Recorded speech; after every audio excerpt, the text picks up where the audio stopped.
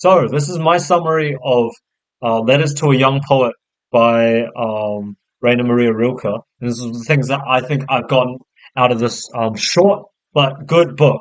There's a lot to learn. So, I picked it up because I heard it was famous on Book Talk, and it was short, but the amount of wisdom that is contained within this tome of not really, it's this big. These are some of the things that I think I learned, well, some of these are the points that I've pulled out.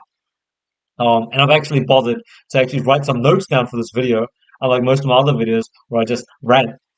But so one of the most important things that Rilke talks about in the book, an artist should be, and a person should be patient in life.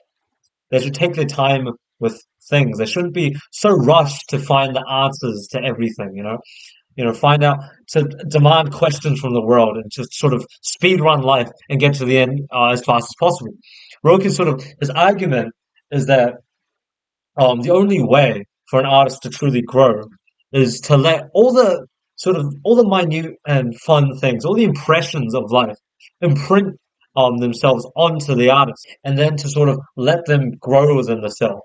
It's a journey that takes time and cultivation. It's not something that you know you sort of just you demand immediately and just to sort of have it happen. He sort of likens it to like a tree that is ripening fruit. You cannot, make this tree grow suddenly. You cannot make it sort of appear. He also says that, when asking questions, don't be don't be too sort of eager to get all the answers right away. It's impossible.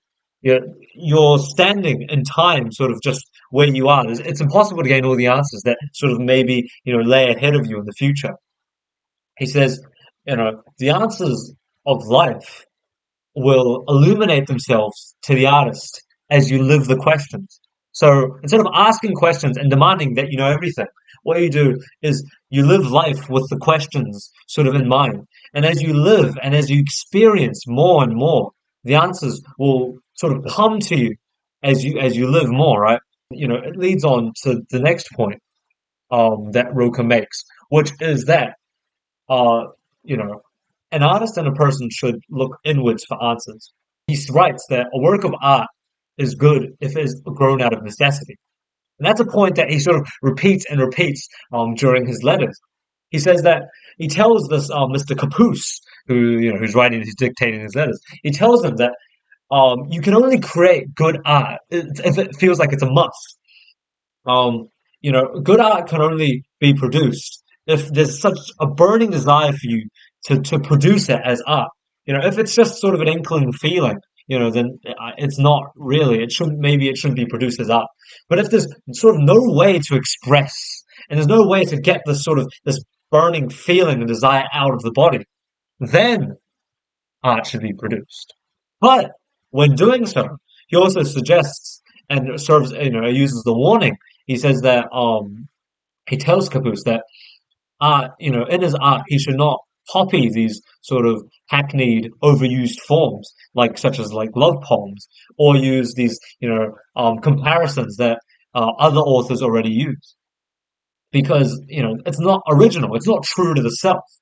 When you copy someone else, someone else's statement, something else, that's just copying. You're echoing something else, what someone else says. It's not you who's speaking. He tells Caboose that he should draw on his own surroundings and be as sincere to his own surroundings as possible. He should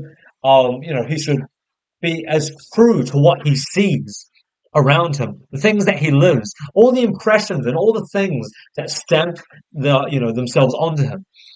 And if he can't, then Rilke argues that that's not on your surroundings, that's on you. You haven't done your job as an artist. If you have such a burning desire to produce something, then your surroundings and the stories that you live are good enough and they're true enough just for you. And so he says also that if you don't, like, if you really can't write about your surroundings or whatever's going on with you, then he says you can also draw from the eternal well and fountain of knowledge that is your childhood, the innocence of childhood, the imagination, the creativity which, is sort of barred from adulthood, is that he tells Kapus that he should embrace solitude, just like, when he was a child. And, he says, when you don't understand the world of adults, and you're sort of just left to yourself with your own imagination, your own creativity. That's what you should embrace. That's the solitude. That's, when you sort of get a sense of the whole world around you, right? And it sort of comes into you and you make your own interpretation of it. That is, what you should do as an artist is embrace the solitude, even though it's so tempting. And there's this whole section about sort of he tells Caboose that you shouldn't sort of be tempted by the sensations of of these friendships and these desires to like go after after sex and all that kind of stuff. Because this stuff is all unimportant.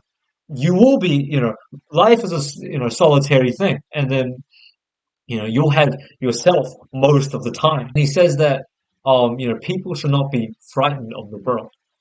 He says he sort of he describes existence as this kind of sort of as a person being in a room, large or small. And he says that most really only explore sort of a corner of the room. Um, they stay in a small corner and they never leave it, afraid of life. And he says that, life is not, it's not this malevolent thing. It's not evil, And so from that, he also says, sort of, just don't observe yourself too closely, you know. Don't look at your life and think, oh, why have these things happened to me? Oh, what is this that's, why is like the world, why does the world hate me? Blah, blah, blah. And so, and that leads me basically onto my final point, which is he tells Caboose that he should embrace his fear and sorrow. It's fear and sorrow that makes us human. And he sort of says that instead of fearing the dragons, think back to fairy tales, and there's all these dragons and stuff that we sort of manifest in our lives, which you see. And he says, instead of fearing these dragons, why not allow yourself to see, and imagine that each dragon behind it also guards a princess. I mean, it's sort of just, a nicer way of saying there's a silver lining in everything. Um, but, yeah, and to embrace that childhood imagination, embrace that solitude, which, when facing your fears, and to be free, just as you were when you were a child. And so, that's the sort of things that Rilke says. These are the sort of main points. Embrace solitude. Look inwards to yourself for answers. Allow yourself to embrace fear and sorrow, and be patient. Most of all, be patient. Like um, let life happen to you. Don't be too, so eager to sort of speed run life, to make life just have it all come at once. Life's a beautiful thing. And Rilke's argument is that you should sort of live it and sort of, soak it up in this, like, beautiful way. Let it wash over you. Let it seep itself into all the pores of your skin or whatever. And he finishes the letters off with a sort of bow, where he says that art is the only way of living. He says, there are other ways that things that pretend they're art, like journalism and criticism, which he also suggests not to listen to. He tells Kapus, he tells them to not get too sort of into literary criticism and stuff, because that's and just one person's opinion. It should not define your own view of the world. It should come from yourself and your, and all the impressions and all the imprints from, living the questions. And so he says that art is the only way of living. Art is the only way to, have this beautiful life, because it's the only thing that makes existence sort of worth living. Other than that, without art, life is dreary. It's boring. We live for the questions, not the answers, because the answers are binary, but the questions are infinite. It's this is what Rilke argues, and it's a beautiful book. It's beautiful. It's really short. It's 50, like when I read it, it was 50 pages. It's like an hour book. I mean, if you're a fast reader, you can probably knock this thing out in like half an hour. So, I would highly recommend it to anyone.